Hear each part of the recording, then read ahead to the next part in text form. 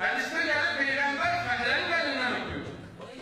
Niye siz bu kadar değersiz olursunuz? Niye bu kadar böhrancı olursunuz? Ama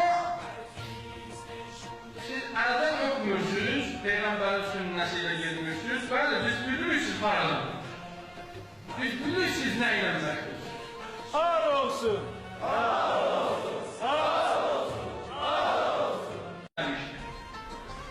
Elinden ona göre öpürsen ki, onun elimine, onun mənəviyyatına hörmət olaraq.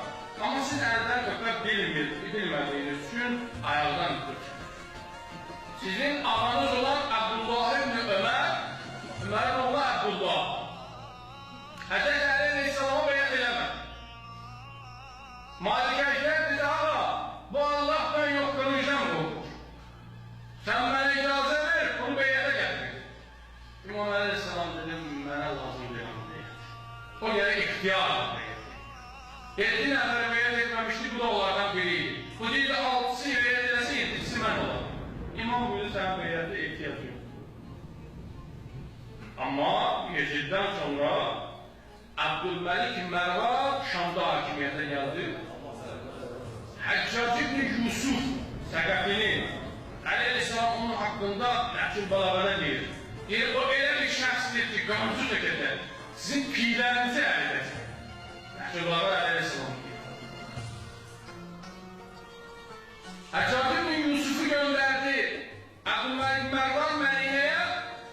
Mədinədən sonra Məkkəyə gedərsən, hamıdan bəyət al. O zaman Abdullah ibn Zübeyir də Məkkədə xəlifə idi. Özünü xəlifə ilan eləmişdi. Məkkədə hökumətə daxil olmuyor.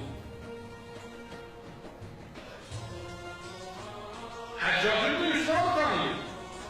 Onun qəddarlığından hamı acaq idi. Bir həbsxanası var idi, onun tavanı yox idi. Yayda günün istisindən, qışda da soyuğun şiddetinden insanlar orada ölürdü. 3 gündür yaşamadı. Onun hakkında yazın. 120 bine yakın insan birden o həbsxanalar dünyasında yaşıyor. Ama onun qəddarlığına acaq idi, tanıyırdı onu kim? Əli Aleyhisselamın dünən əlini öpməyən, Əli Aleyhisselamın pak müqəddəs əlinə bəyət eləməyən Abdullah ibn Ömer gecə vaxtına gəldi Mədinədə ətrafının qapısına. Qapıcı çıxdı, nə dedi, gəlmişəm. Həccacı görmək istəyirəm. Niyə? Bəyət eləmək istəyirəm. Gəldi Həccacda dedilər ki, bəs Abdullahın Ömer gəlir. Ömer'in oğlu Abdullah gəlir. Nə üçün dedi, bəyət etmək? Biz bırakın gəldi. Bu uzanmışdı yorğanındaydı. Bıraktılar içeri. Dedi, nə üçün gəlmişəm? Dedi, gəlmişəm bəyət. Səhərə deyirlər. Niyə bizə vaxtı gəlir? Peyğəmbərdən işitmişəm. Peyğəmbər deyir ki, əgər bir insan öz imamını, zamanənin imamını qəbul etməsə, özlər dünyadan cahil kimi getmiş olur. Burada uzanmışdı, ayağını çıxartdı yolların altından dedi, öpkünə bəyət edək.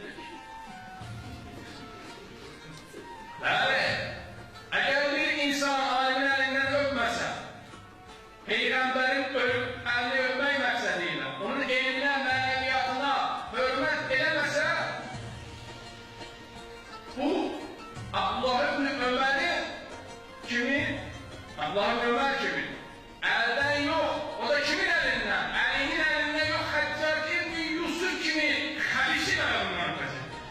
Necə sizin böyləriniz oturup Amerika'da Türkiye dövlətini satışa koyur. Nerede dövləti satsın din adıyla? Bu gizli değil. Bunu özünüz deyirsiniz.